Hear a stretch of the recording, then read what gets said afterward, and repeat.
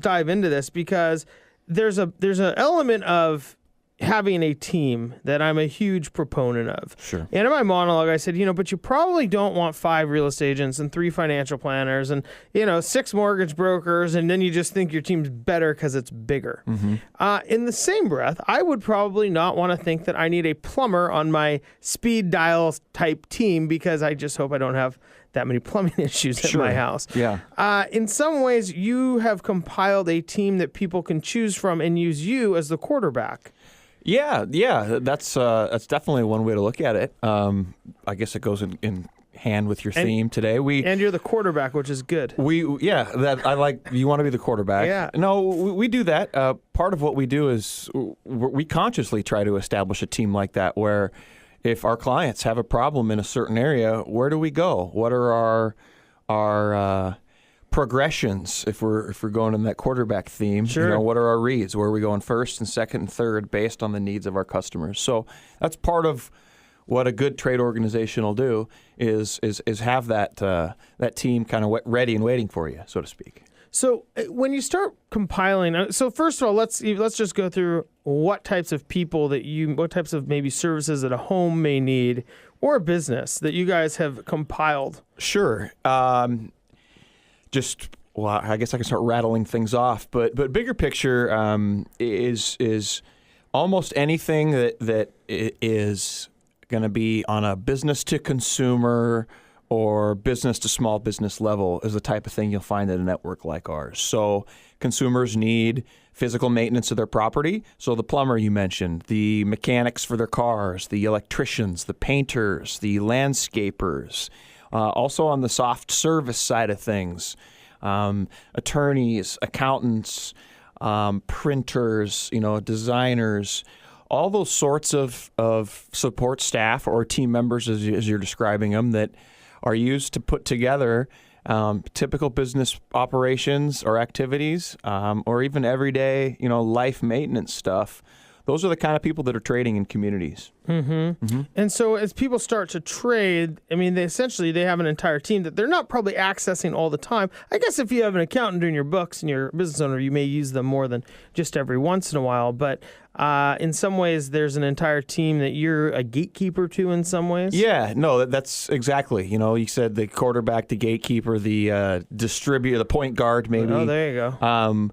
That's what we do. Sporty show we're running today, right? We attempt to have that support system in place, and the exact availability varies based on seasonality and where you are and whatever. But whenever you are working with an organized group like ours, you can expect to find a pretty standard baseline of a lot of those things. Like you said, that team that we have previous experience with, and we're not going to refer you out to our people if we know about a bunch of negative experiences with these people. Sure. Cameron Johnson joins me, broker with Itex. So when you start looking at all the different people that you could need at any given time, you have a lot of those in your network. Mm-hmm. Is there an appropriate time, or is there, you talked about being seasonal. It seems like a lot of people obviously need their air conditioning when summer starts, or heater serviced when the starts getting cold. Now or in a month or so. Yeah. Is there an element of being strategic in utilizing trade? Because of course, if I have the choice and I'm a business owner, I'm like, hey, I can either get $500 cash or $500 trade. I'm probably gonna take the cash. Yeah, I would, and I own a trade business. Yeah. So yes, that's exactly, you hit the nail on the head. Being strategic is a big part of it. Being smart about it, but that's also not true just if you're trading either. I just think it's even more true in our group. When's the best time, no matter who you are, to get that AC fixed? Well, the opposite season of when everyone else is, right? It's going to be the cheapest. The AC guy's going to want the business. He's going to be available. He's going to give you a discount.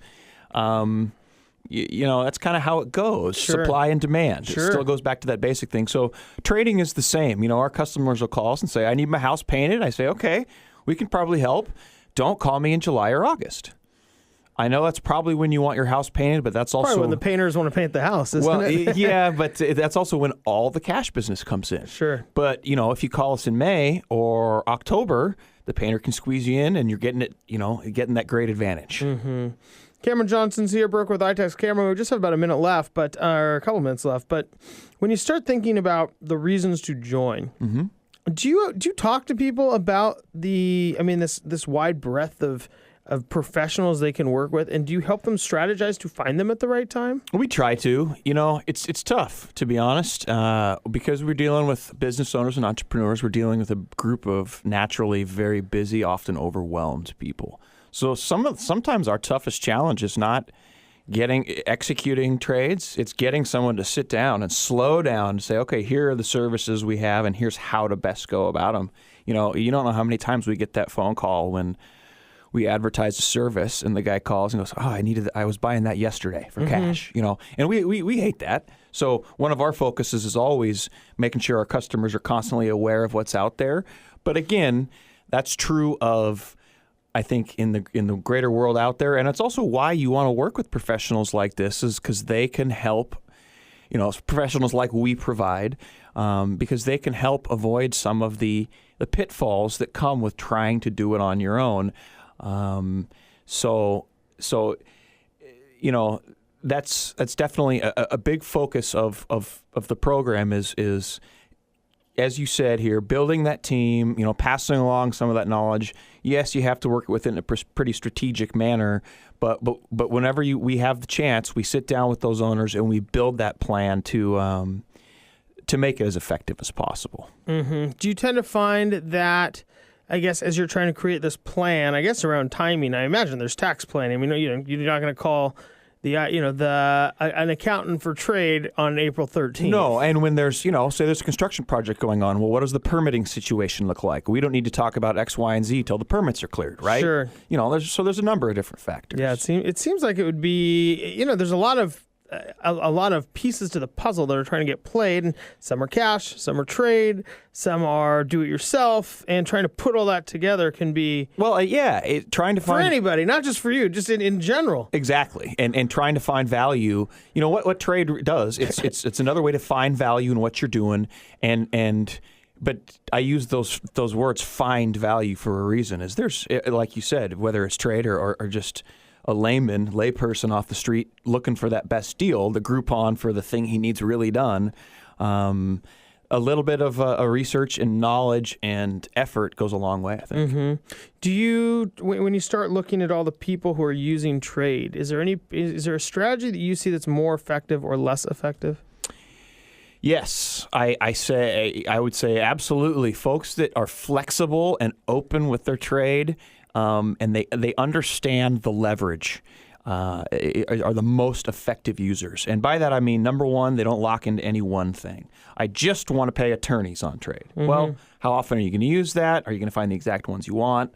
But if you do attorneys and your CPA and your phone service and this other thing, all of a sudden the money starts to flow and the value really starts to return for you. So people that are open to, I guess, a multitude of avenues for offsetting costs, both personal, business, operational, marketing, whatever it may be.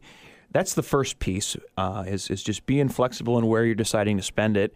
And the second piece is maybe the hardest part. It's true understanding of what you got.